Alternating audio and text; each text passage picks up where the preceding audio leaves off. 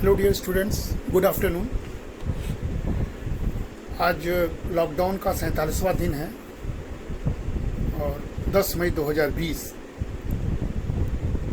Courses complete हो चुके हैं हमारे पीजी इकोनॉमिक्स, यूजी इकोनॉमिक्स के सारे बच्चे जो मैं पेपर पढ़ाता हूँ। लेकिन चूँकि लॉकडाउन की अवधि बढ़ रही है, घरों में हम लोग रिवीजन भी कर सकते हैं, हम सबसे असाइनमेंट्स भी ले रहे हैं, तो हम रिवीजन्स के क्रम में कुछ बीच बीच में आपको प्रेजेंटेशन अपना भेज रहे हैं, जिसके क्रम में आज हम सोशल सेक्टर पेपर जो एमए सेकेंड सेमेस्टर के स्टूडेंट्स के लिए है, role of human capital in economic development, उस पर कुछ बातें करके आज के संदर्भ में जोड़ के आपके सामने प्रस्तुत कर रहे हैं और उसको हम यूट्यूब पर कॉलेज के अपलोड कर देंगे।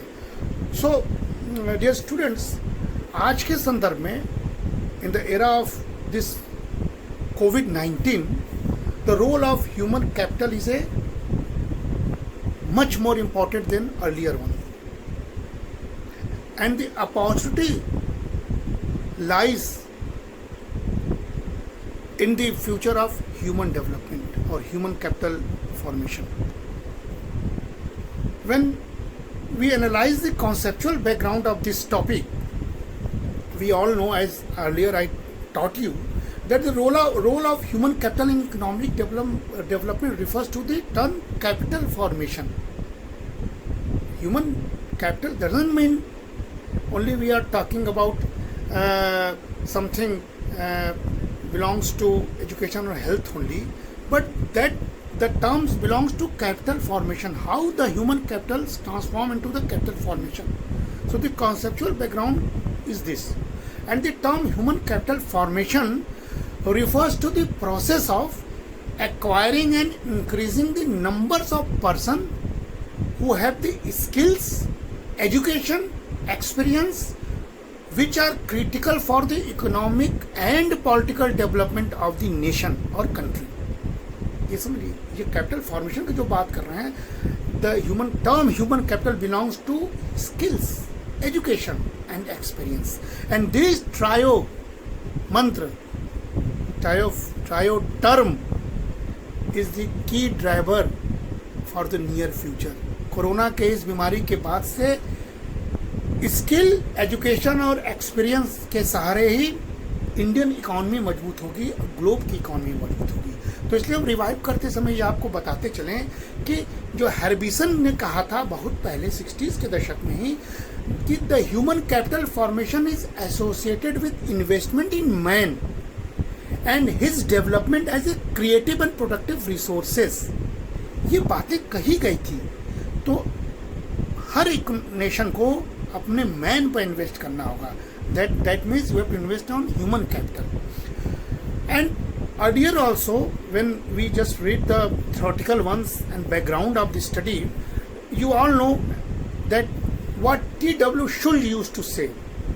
He narrated the 5 ways of developing human resources. What was those 5 ways? Number 1 is health facilities and services, broadly conceived to include all expenditures that affect the life expectancy, strength and stamina. जिससे विकसित देश आज longevity हैं की तरफ बढ़े हैं, वही शुल्ज ने कहा था कि हेल्थ फैसिलिटी सर्विसेज को बढ़ाना है। तो भारत में भी अगर आने वाले समय में लॉन्गेविटी को बढ़ाना है तो ये 5 की सेक्टर में सबसे इम्पोर्टेंट आज हेल्थ सर्विसेज को स्ट्रेंथन करना है, और आज के कोविड के दौर में ये बहुत इंपॉर्टेंट हो गया। तो the first was health services, the second was on the job training including all types of apprenticeship organized by the firms. अब देखिए, अगर आज डिजिटल इंडिया ना होता, जॉब एंटरप्रेन्योरशिप, जॉब ट्रेनिंग नहीं हुआ था, तो वर्क फ्रॉम होम नहीं हो रहा होता। तो शुल्ज ने ये सब बातें बताई थी, job training. Second, third is formally organize education at the elementary, secondary and higher levels. शिक्षा की गुणवत्ता जरूरी है, क्योंकि तीनों लेवल पर आपको स्ट्रेंथन करना होगा एजुकेशन को। And next is fourth is study programs for adults that are not organized by firms, including extension programs, notably in agriculture. आज एग्रीकल्चर फार्मर्स को भी अवेयर और एजुकेट लिटरेट करने की बात हो रही है, ताकि वो जान सकें कि कौन से खाद डालने हैं, कितने डालने हैं, मिट्टी की हेल्थ की क्या स्टेटस है, ये जान सकें। तो एडल्ट एजुकेशन भी जरूरी। और last but not least is, जो आज के संदर्भ में इम्पोर्टेंट हो जाता है, migration of individuals and families to adjust to changing job opportunities. Migration भी एक तरह से ह्यूमन कैपिटल का एक बहुत बड़ा, सूर्य जी ने कहा था कि ह्यूमन रिसोर्स को डेवलप करने को, लेकिन वो माइग्रेशन कैसा? Skilled migration, unskilled migration, unorganised workers जो इस समय कोविड में गए थे, वो कोविड से रिटर्न हो रहे हैं, तो उनकी दुर्दशा देख लीजिए कि 10 से 12 करोड़ माइग्रेंट लेबर की स्थिति खराब है। अगर वो स्किल्ड होते तो वो इतने ज़्यादा परेशान नहीं होते, वो अपने घर से काम कर सकते थे, अपनी जगह से काम कर सकते थे, अवेयर रह सकते थे। So these all 5 are the way to develop the human resources. ये पहले ही कहा जा चुका है, इस संदर्भ में ही हमको बात करनी चाहिए, हम रिपीट कर रहे हैं इस कोर्स को। So the notion of investment in human capital is of the recent origin. In the process of economic growth, it is customary to attach more important to the accumulation of physical capital. Okay, so now it is increasingly recognized that the growth of tangible capital stock depends to a considerable extent on human capital formation, which is the process of increasing knowledge, skills, and the capacities of all people of the country. Okay, dear students, so we all should note the what earlier studies used to tell. Earlier studies made by Schulze, Harbison, Denson, Kendrick, Abramovitz, Baker, Bauman, Kuznets, and host of the economists revealed that one of the important factors responsible for the rapid growth of the American economy has been relatively increasing outlays on education. जो America इतना विकसित देश बना है वो investment on man से बना है। ये अलग बात है कि आज की इकोनॉमी जो है अमेरिका में कैसे कोविड से अफेक्टेड हुई है, ये रिसर्च का विषय है, but that is a second topic. But earlier studies use to tell कि सारे के सारे इकोनॉमिस्टों ने माना कि अमेरिका की अर्थव्यवस्था ह्यूमन रिसोर्स में इन्वेस्टमेंट से हुआ है। They tell us that a dollar spend, just for example, that $1 spent on education brings a greater increase in national income than $1 spent on dams, roads, factories और other tangible capital goods। उन्होंने बहुत अच्छा example दिया था researchers ने। $1 education पर अगर invest कर रहे हैं, वही $1 डैम, रोड, फैक्ट्रीज वगैरह में इन्वेस्ट कर रहे हैं, तो जो $1 एजुकेशन में किया गया इन्वेस्ट या ह्यूमन रिसोर्स पर किया गया इन्वेस्ट तेजी से विकास करता है। This is the importance of spending on human being. So we can say that investment in education will always increase national income and that move towards the capital goods. Okay, so this we have to realize at the point of time.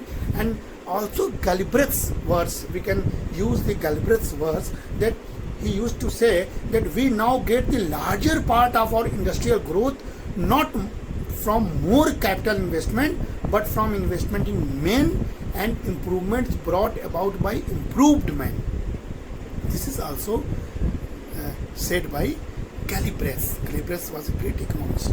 So the earlier views, what was the earlier views of economists? In nutshell, we can say that Adam Smith, Veblen, Marshall stressed the importance of human capital in production. So never confuse that. Earlier economists never said to invest in investment.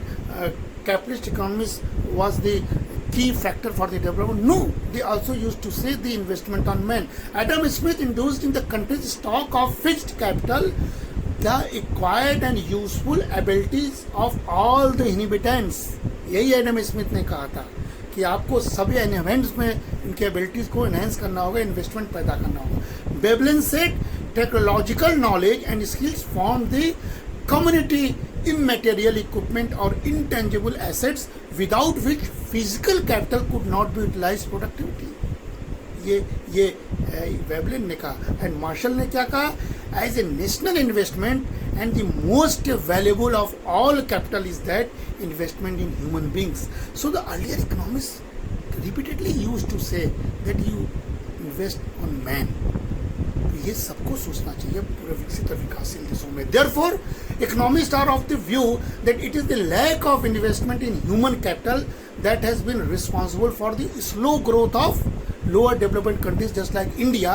Unless such economics spread education, knowledge, know-how and raise the level of skills and physical efficiency of the people, productivity of fiscal capital is reduced.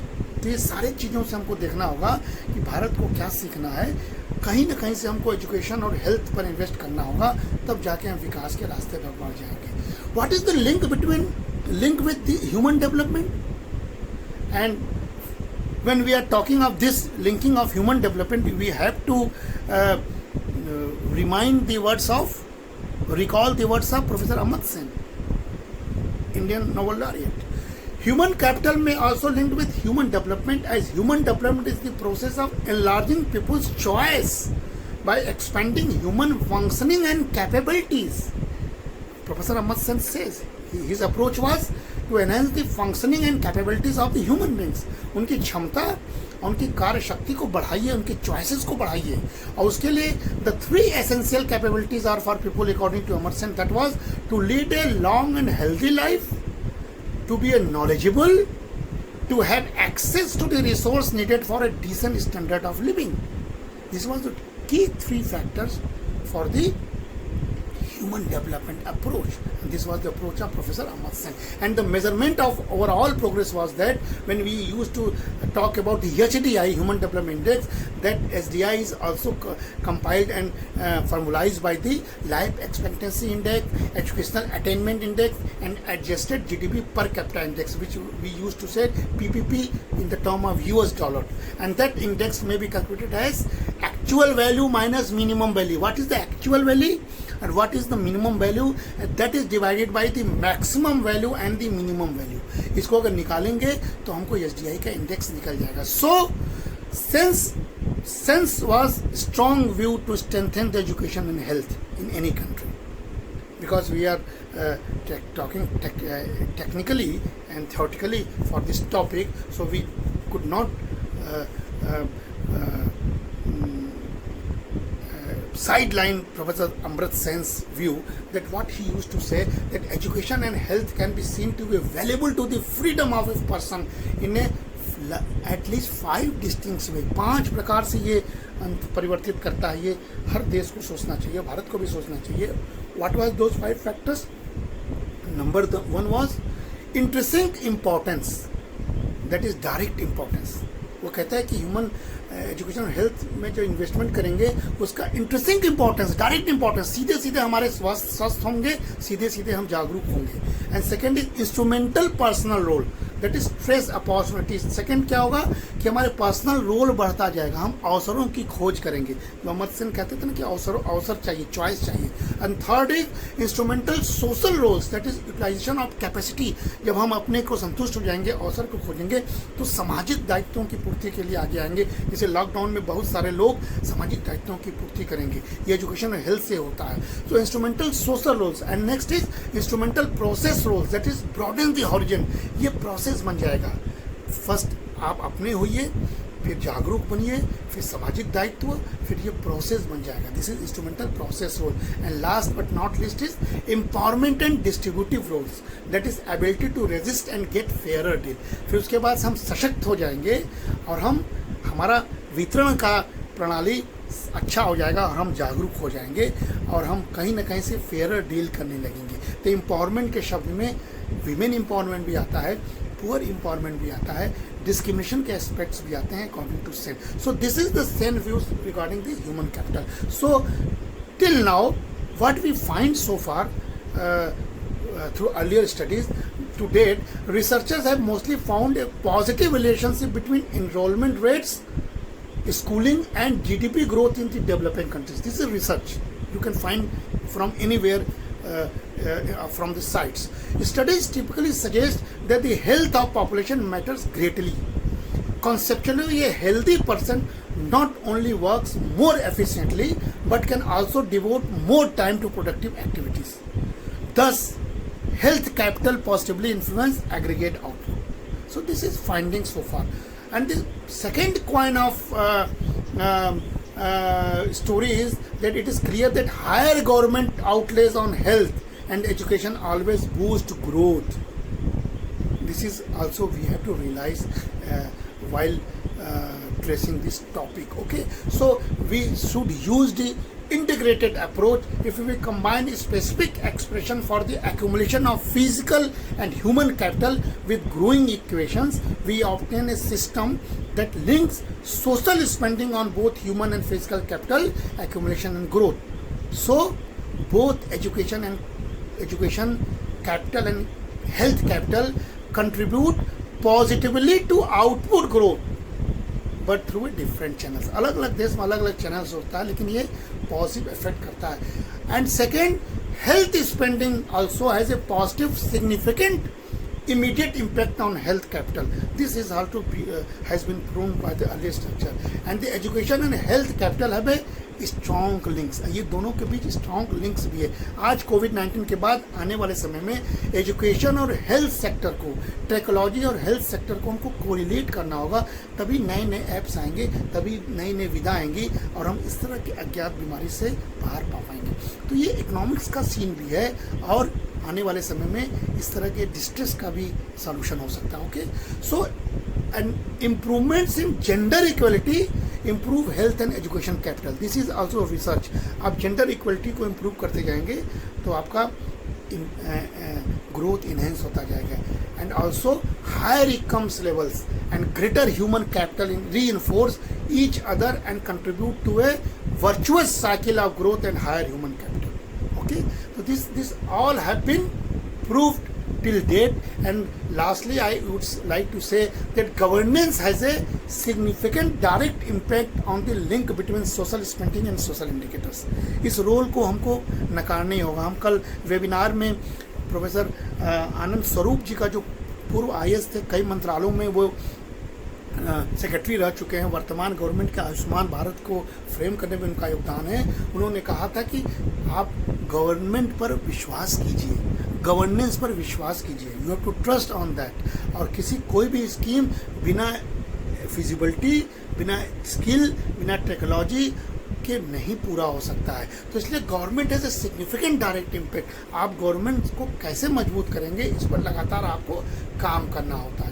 So this all are the role of human capital for development. So dear student, you go through that, you prepare this in the term of research oriented paper, and this will also prepare your topic based study, as well as you can relate with the present situation of COVID-19. Thank you.